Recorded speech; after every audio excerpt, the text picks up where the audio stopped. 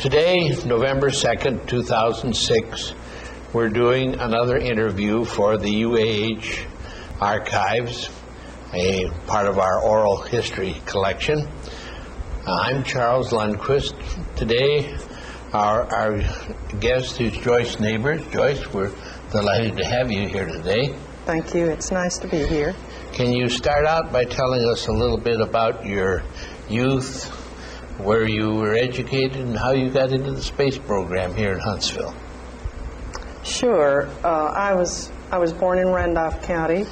That was in 1930, which was not a very propitious year for economy. But I was educated in the rural school of Randolph County. I had a wonderful heritage to work from.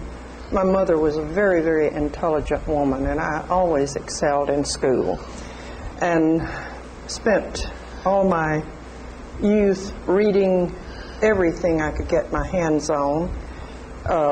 I loved to learn. That was the most enjoyable thing I had going for me. I went to school at Randolph County High School in Wedowee and graduated in 1948. In 1950, I started a school at Auburn. My parents weren't financially able to send me, so I managed to get a job working at night as a telephone operator and going to school during the day. I always had a very strong interest in math and physics and how things worked. I majored in mathematics with a double minor in physics from Auburn, and took all of my electives in engineering. In the 50s, it was not really very fashionable for women to be interested in such things, but nevertheless, I prevailed and worked for 6 months. I graduated with a degree at Auburn in 1954, and went on for a year of graduate study to spring of '55. I married while I was there. My husband had been in the Korean War, so he and I were the same age, but he was a little behind my own graduation. We moved to Nashville, Tennessee.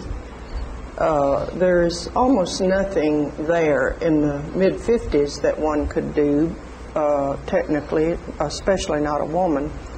So I took a job down in Tullahoma, Tennessee at the Arnold Air Development? Arnold Air Force Division. Air Development Center, yes. And I worked at the gas dynamics facility. There was a big poster of Einstein up on the wall saying, "Big Brother is watching you." There were some really... sort of a premonition of things to come. Right, maybe. But anyway,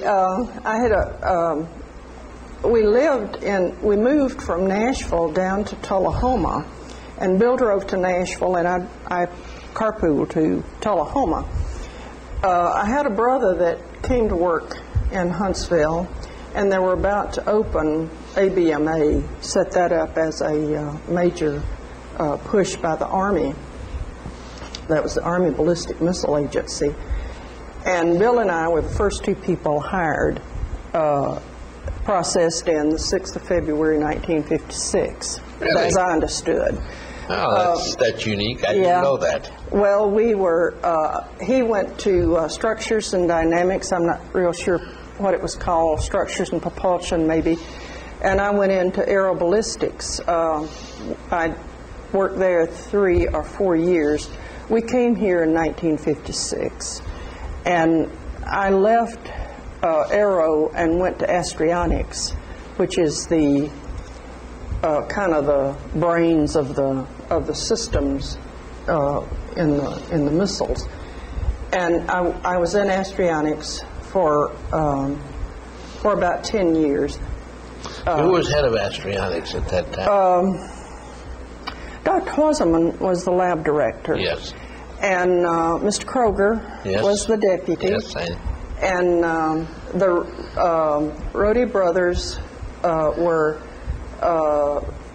the principal gyro people. Mr. Mandel was the deputy gyro lab director. About the time I transferred over to from aeroballistics, I think the older Rhodey retired, and Mr. Mandel became division chief.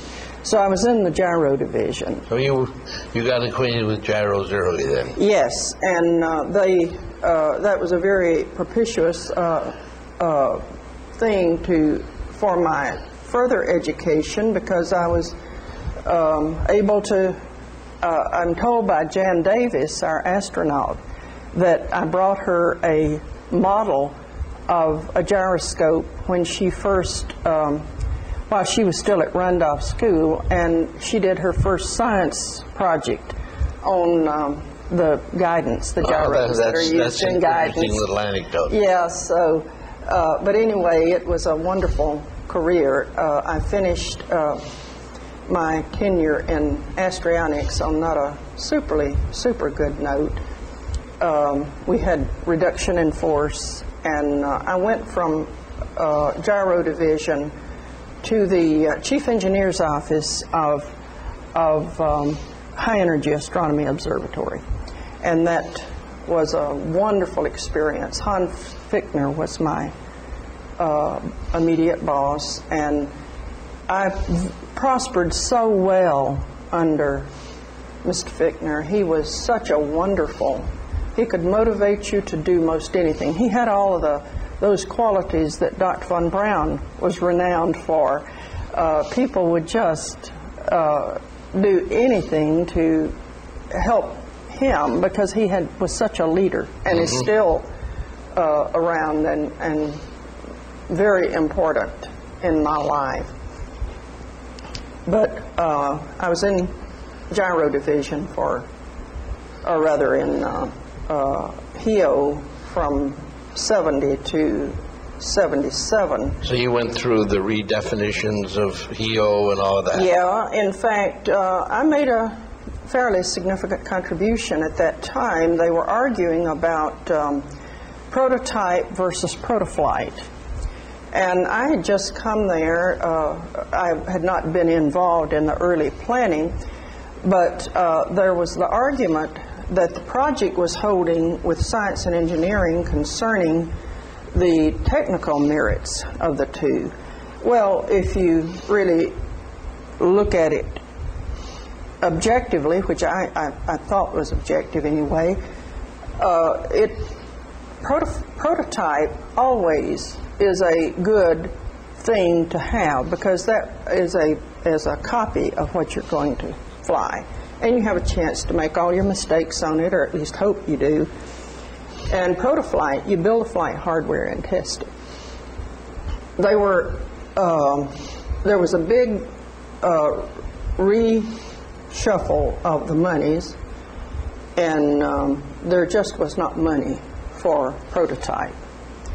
So I went back and studied the various options that had been developed before I came there, and what was planned and what it was going to cost. And I did some charts that showed that it was not a technical decision to go protoflight. That wasn't the best. It was the pragmatic decision. And there was a meeting. I wasn't invited to it, but there was a meeting on the 10th floor, and those charts that I had come up with were presented, and the center director, which I believe was Bill Lucas then, but it may have been Reese. I can't remember. This was in 1977, and it wasn't Reese, and it would have been it was Lucas. That's a no-brainer. we have to, if there's going to be a program, it has to be Protoflight. So that was the one thing that I did there. From there I went to become the chief engineer of cloud physics, and I think that's where I got to know you quite well. The cloud physics was a unfortunate project. Well, it really was. It had been conceived on view graphs more than technical basis, I believe. And coming off of a hardware program, I had a fairly strong view of what it takes to do a program, although I was never a hands-on engineer.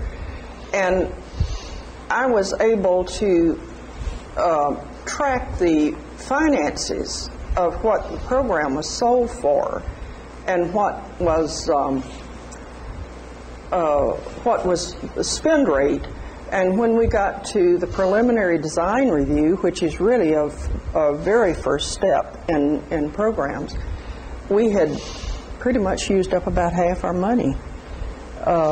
It was bought into at about $5 million, and by doing some ratios of where you are at certain times, if you're like 15% of the way, it seems to me that the number I came out with was like 20 million instead of 5. And I went to see Jim Kingsbury, who was head of science and engineering at that time, my boss and I. George McDonough was my boss then. And we went to see Mr. Kingsbury, and I showed him the information that I had developed, which again was a no-brainer. We're not anywhere near to fruition on this, and so the program, the center did go back to headquarters, and the program was canceled. From there, Let me just add a comment on that, if you don't mind. Sure, please do. A comment.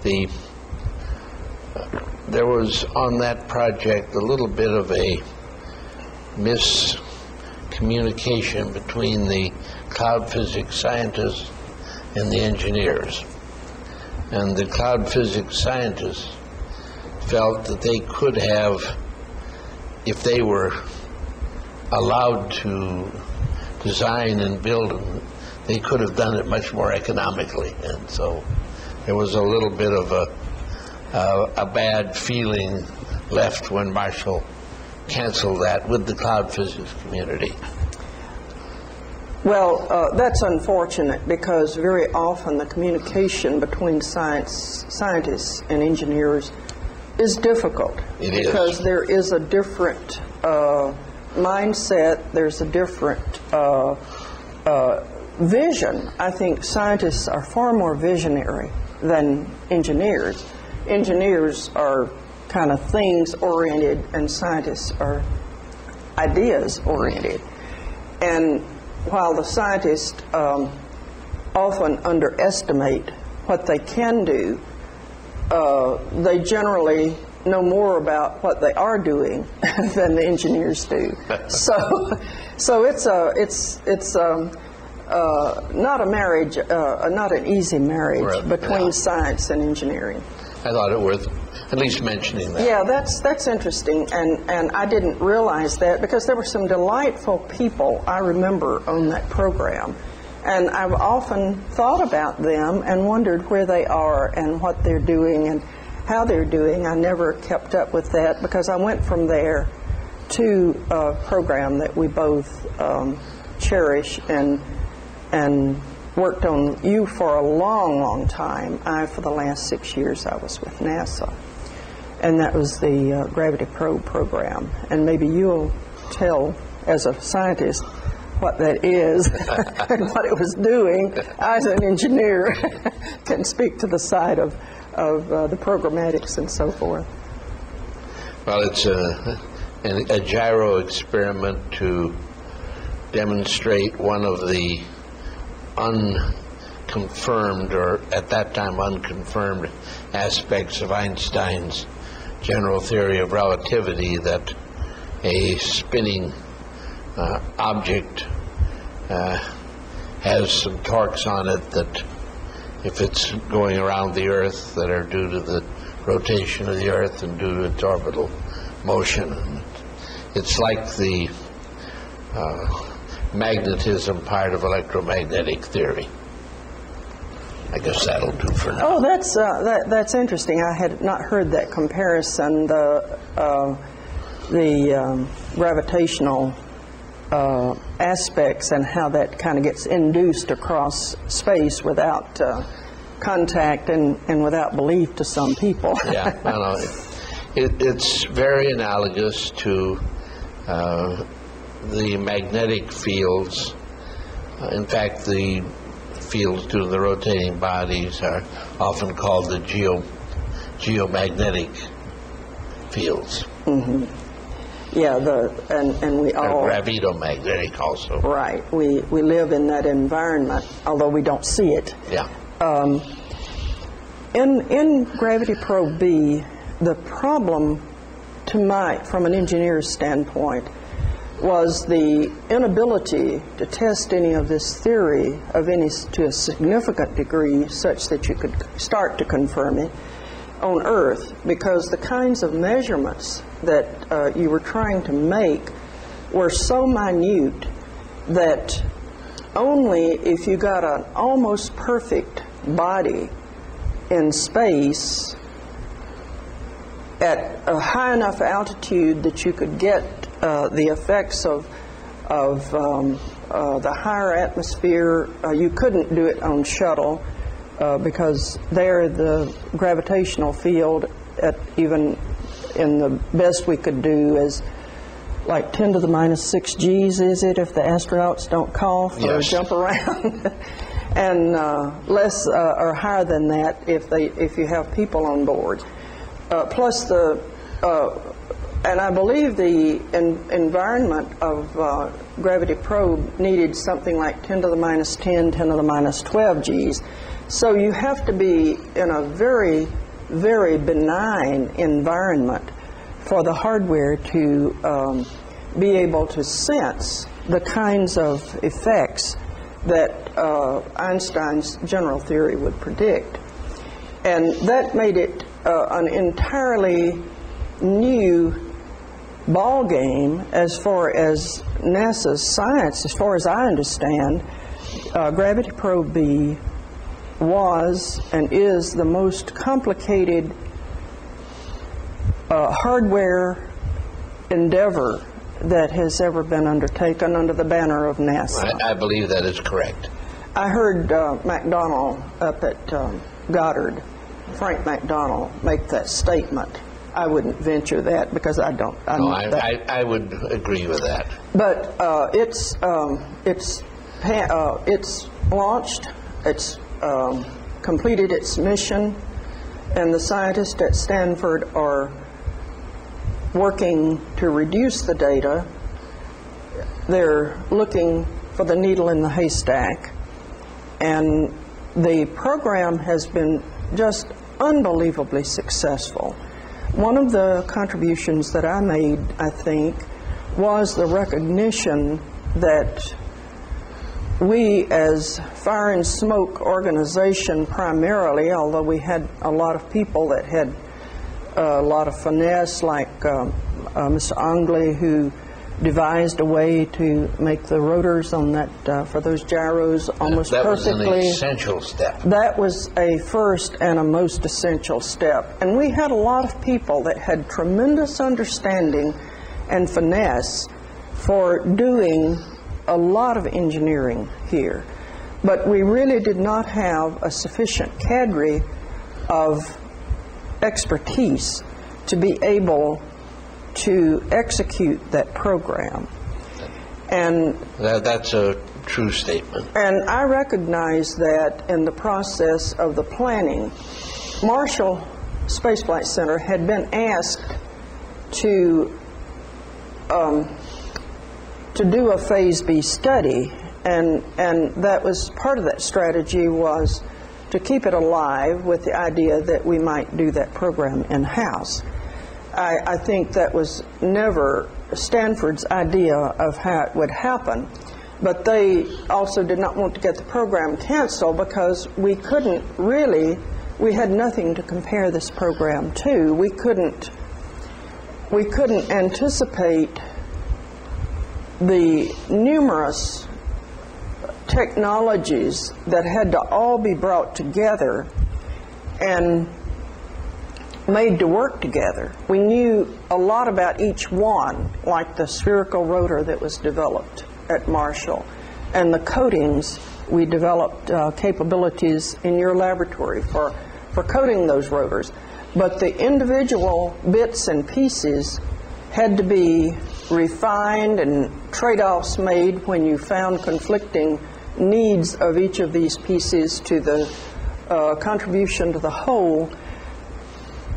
It would only be possible for those people who conceived and understood the intricacies of the workings of not only the theory, but of the hardware that was developed, to be able to do that. Yeah, one aspect of the hardware you haven't mentioned is the use of superconductivity. Oh, yeah. And that was a real challenge in pushing the state-of-the-art very substantially. Right. The thing had to run at less than 7 degrees Kelvin because the materials that were being used that were susceptible to, or that were essential to the measurements, but susceptible to temperature, had to run down below 7 degrees Kelvin. And they opted to get it down to 2 degrees Kelvin. I think it operated somewhere 2 to 3 degrees Kelvin for a margin there. And that required the superconductivity. It required an ability to keep the superconducting liquid helium in the bottle, because that stuff likes to, when it goes when it goes to that point, it likes to climb out of its enclosure. And Stanford had a number of inventions. One was the porous plug that allowed them to hold it. That porous plug, as I understand it, was something like your skin. It could sweat, but you couldn't take fluid in through it. Right. And they devised a way to hold the liquid helium inside the dewar, and then take that ball off to the thrusters, to just give the most gentle of nudges to the spacecraft. And they had they thought through not only the intricacies of the science. There were a team of probably 10 or so people, maybe 15, at Stanford that had devoted a lot of their lives to that, and they captured, or rather coagulated with people throughout the world that were very fascinated with this. And there was quite a bit of very high intellectual ability that went into the development of this. Stanford was given the opportunity to assemble and pull together the team and manage it. We only oversaw the team. The orbital mechanics and the experts on orbital mechanics from Stanford were another very essential part of the project. Dan DeBray and his... Oh yeah, the astrophysics Yes. department of... I think Dan DeBray, who was one of the principal investigators when I came on, I think, and was still there when I left, but in '86 I retired, but he retired in the meantime before it was flown, and I don't believe he was at the launch. I went out for that, and I don't believe he was there. I did not see him. But they had some of the best brains in the country and in the world working there. The one principal investigator that had started his career, I believe, pretty much, he was from England. I don't know much about his career before he came here, but Dr. Francis Everett was the glue that held that program together, and the visionary that could guide and lead the engineers that were required to do a lot. Of course, they had to. There was a great learning curve at Stanford. They had started out to do the program for like $100 million, and before it was over, I think the program cost $500 million or maybe a little bit more. I'm not sure. Leonard Schiff, who died long before the program got very far, was the one that first proposed the experiment. Bob Cannon, who was head of Aeroastro Department, was a graduate student at Stanford in 1958, and Bill Fairbanks was a professor there, and they were at Schiff's house at a swimming party, as I understand, and that's where they conceived this experiment. Well, that's an interesting anecdote. I didn't remember that. Yeah, that's what I understand. Now, of course, that was a long, long time before my time, but that was in '58, somewhere in that time frame. And after that, the Air Force was interested for a few years, but they realized the esoteric nature of the and the specialization of the hardware and what it had to do in order to, how specialized it would have to be and how little application that would have to their overall core competencies that they needed to ensure. So they dropped interest, and Rudy Decker had just come to Huntsville. Dr. Rudy Decker from Germany. He was one of the younger of the German-American scientists that really made a big impact to this city and to our country. I think he came to the U.S. and to Astrionics Lab in sometime in the early 50s, or rather the mid-50s, or somewhere in that time frame. And Dr. Hausemann, who was the lab director in Astrionics, is an extremely visionary person. He's one of the people that I admire so greatly. As we mentioned, the director of Astrionics Lab, and he knew Dan DeBray because they were both in the astrodynamics area. Dan DeBray was at Stanford. He was a professor. By that time, Cannon perhaps had finished his degree, and I don't know when Cannon came back as head of the department, but nevertheless, the friendship between Dan DeBray and Dr. Walter Hausemann led Dr. Hausemann to encourage NASA to pick this up as an experiment to be followed. And Dr. Decker was the main individual. He worked in your laboratory, and he was a division director over in the science lab. And he was one of the main, I think he carried that program for many, many years, he and the people that worked for him. Yes. And you were a great facilitator of that as well. And I was a Johnny-come-lately and left pretty soon. I was only 6 years there, but the program went on from the time NASA picked it up, sometime in the early to mid-'60s, when Anglais made the rotors, and there was enough resources brought to bear there that Marshall had a tremendous impact on the happening of GPB, because there had to be some organization with government funds and leverage to keep that alive.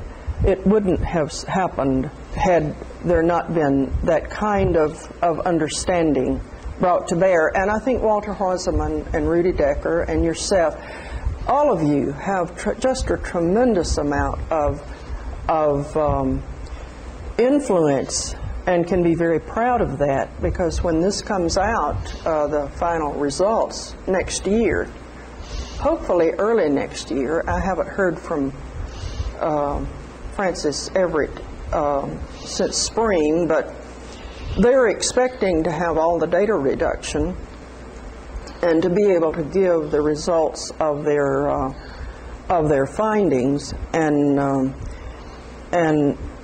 it is fully expected that they will confirm that Einstein's theory, that the hardware they have built has confirmed this theory. Might just mention, or you interesting to hear your comments on it. There were several times during the program when headquarters was very tempted to give up and to cancel it, and a certain amount of political finesse absolutely. From Stanford in California. Yes, absolutely. Brought it through. Well, Stanford has the prestige, like, and with me, you know, I always felt out of my league because as an engineer working with these scientists, I didn't really feel I ever fit. Although I always felt very comfortable. They were really wonderful people to work with, but it was awesome what they were able to do when the most threatening time that came was in I had been on the program, it probably happened in about 1983, that headquarters really was in a bind financially, and all of the scientists were trying to get the money because there's only a zero sum of it's a zero sum game, and if a scientist can root out someone else, they might have a chance to get in on the money that's left. And there was always a lot of campaigning, even against programs. And I thought Francis Everett and Dr. Everett and Dr. Bill Fairbanks and Dr. Cannon and Dr. DeBray, and I'm sure there were lots of other people that strategized this, but this was the group, or the limited number that I had a view of. That was the core group. That was the core group, and they went around to the Nobel laureates in the U.S. and asked for their help. Now, at that time, one of our own favored programs at Marshall, AXAF, was needing money. And it was not totally secure. It's, of course, gone on to do great things. But we had vested interest in AXAF, and our chief scientist at Huntsville was the nephew of one of the Nobel laureates that they solicited.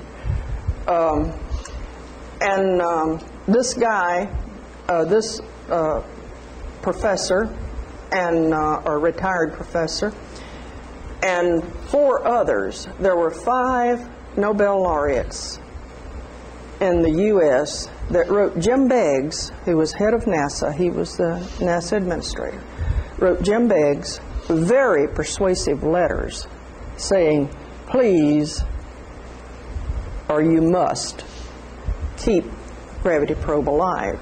That just blew me away. That was a really awesome bit of political savvy and influence that only an institution like Stanford University could bring about. I think the California delegation in Congress had something to do with it too. Yes, absolutely. As I recall, they were a powerhouse also, because California is a big state. Yeah. But Stanford is a very special diamond in the United States, and of course in California. They don't hold a whole lot in great awe, but I think Stanford is held just about as highly respected as most anything. Yes. That any institution or any activity that is going on in the country, and certainly any project that lasts 40 years has to have gone through some challenges along the way. Right. NASA really doesn't like to have a program go on for 40 years. They like That's to right. get them done. Yeah, that program, Dr. Everett spent more than, I think, like he came on the program sometime in the late 50s, early 60s. So he had, when it launched in 2004, he had been on the program over 40 years. And he had guided it through that time.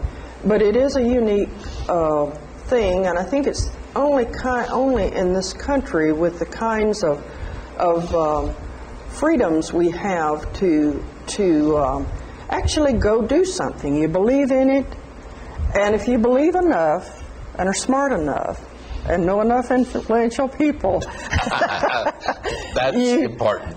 You can do it. You can do anything, and we're just so fortunate that we have this unique expression of probing and searching for the elusive truths in the world, that we're wealthy enough to do that. Well, what state was it in when you left? As I recall, you had it in a good condition when you decided to retire. Well, it was.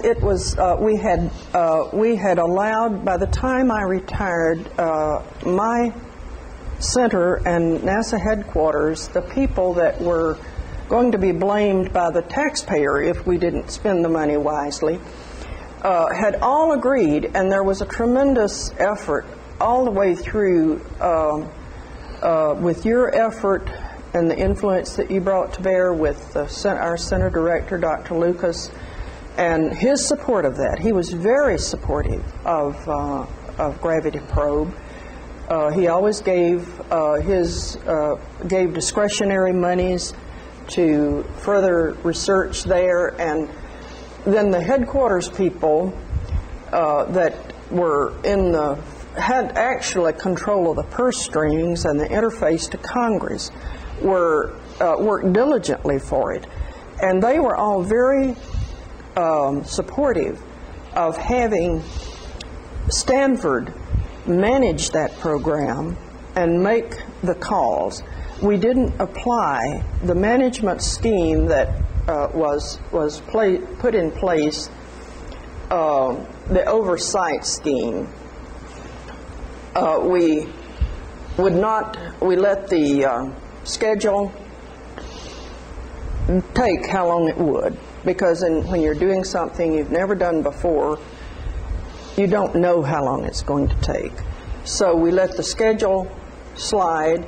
We didn't fix a launch date until it got well up close. They tried very hard to reach a 1991 launch date, because that was the year Stanford University was founded. And they worked very diligently. One thing I will say that was a late development, say compared to the 40 years, they hired a manager out there that is a very, very impressive graduate of Stanford.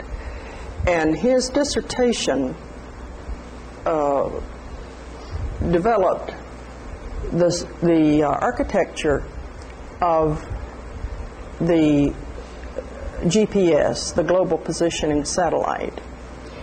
And he has recently been inducted into the National Hall of Fame. Well, I think that was right before it was launched in 2004, where inventors that have made a difference in the lives of the man on the street are inducted. The Edisons and the Graham Bells and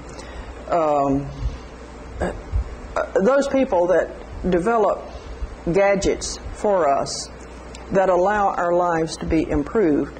Brad Parkinson is in that category, but he's an absolutely brilliant man, leader, manager.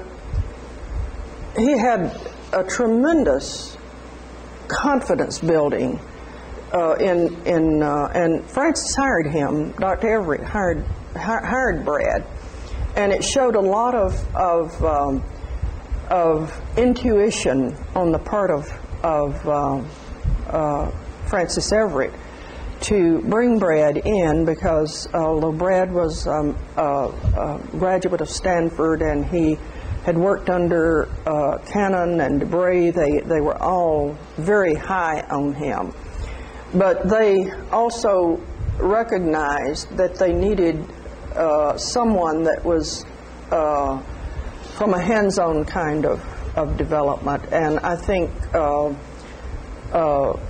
Brad Parkinson did a very good job there. But it was a marvelous way for me to end a career with NASA. I couldn't have found a more interesting program, although I will have to admit, sometimes it was a little like watching paint dry when it took forever, and we're so geared, engineers are, to, you know, this has to be done, and then this, and then this, and we tend to be far more time-oriented than the scientist who knows when he has it right. Yeah. Well, let me just, as a observer of this process, say that you were managing probably the hardest project management job in all of NASA, and you did it well. Well, thank you. It was a very very good, as I said, good way to, and it enriched my life so much having had that experience, and it was a fun thing to do. I'm very, very fond of the people there. I went back so that I could see the people more than to see the flames come out of the Atlas that got it to orbit. But I did go back for the launch, and was just I felt like I'd come back home, and it was a wonderful experience, as was all of my NASA career. Well, when you retired, what did you do? Well, for 2 years I was a farmer. My late husband's health was failing. He was also a NASA engineer, and he thought if he could get on a farm, he could turn his health around. And I really wasn't that ready to retire. I was only 55, but he had always been so supportive of me that I felt I owed it to him to be supportive of him, because it wasn't really fashionable for a man's wife to go off for a year of graduate study at the university or whatever. And he was a unique person, and he was greatly enabling of my very successful career. So I felt that I just had to do that, and I've always been able to do anything I wanted to do, and I failed. I could not like it. I went to the farm, but I failed. And you're not a farmer, all right. I'm not a farmer. But for two years I was there, and then I had an opportunity to go back and do some consulting with Martin Marietta. And I was so turned on. I still had so much mental energy and was so glad to have a chance to use it that I probably did some of the best work I've ever done. And they asked me to come to work for them full time, not just consulting. And again, Bill was very supportive. It was not easy. We had all the help we could possibly get at or possibly use at the farm, but still I wasn't there all the time, although all of my free time was spent at the farm. But I had 10 years. Lockheed and Martin Marietta merged, and it is now Lockheed Martin, and that was an extremely wonderful 10 years. It was almost like the dessert of a career. You've got, you've had the career, and now it's just time to enjoy it. Just having fun. Having fun, and it was so wonderful. And I do appreciate, I'll always hold that company in extremely high regard. It was and they were so good to me. I had a few glitches in the road that were pretty awesome. I developed cancer while I was with them. I was put on 6 months of paid leave to go take care of that. And that was, I'd only been with them 3 years when that happened. And that was, I greatly appreciated that because it was, it just showed their class, I think, and their humanity. It's a classy company. It really is. I worked with some other very classy companies, TRW on HEO and General Electric in Philadelphia on cloud physics, and certainly with Stanford, who's not a company but the organization that managed that. So my career has just been marvelous. I was able to finish my education while I was with NASA, and that was a real gift as well. So that I'm very proud of that career. Well, you've had a remarkable career. Are there any thoughts that you'd like to leave for the next generation of people that are coming along and undertaking their big challenges? Well, yes. I think the most important aspect of my success has been my love of learning and my continuous upgrading of my skills. You just can't rest on your laurels. And I think getting as much education as you possibly can with whatever capabilities you have. If you're not college material, go to a trade school. Go to an apprenticeship. Find something that will give you a potential for having a good economic feedback that will serve you well in making your life as comfortable as it can be. And I would say have a good sense of humor. When really bad things happen to you, try to find something, if it's not funny, at least redeeming about it. What did I learn? How can I use the smarts? And it wasn't all easy, I'll have to say. But it was really a lot of fun. And now I can laugh at a lot of things that were extremely difficult at the time. But those can turn out to be very beneficial learning processes, too, that you don't volunteer for.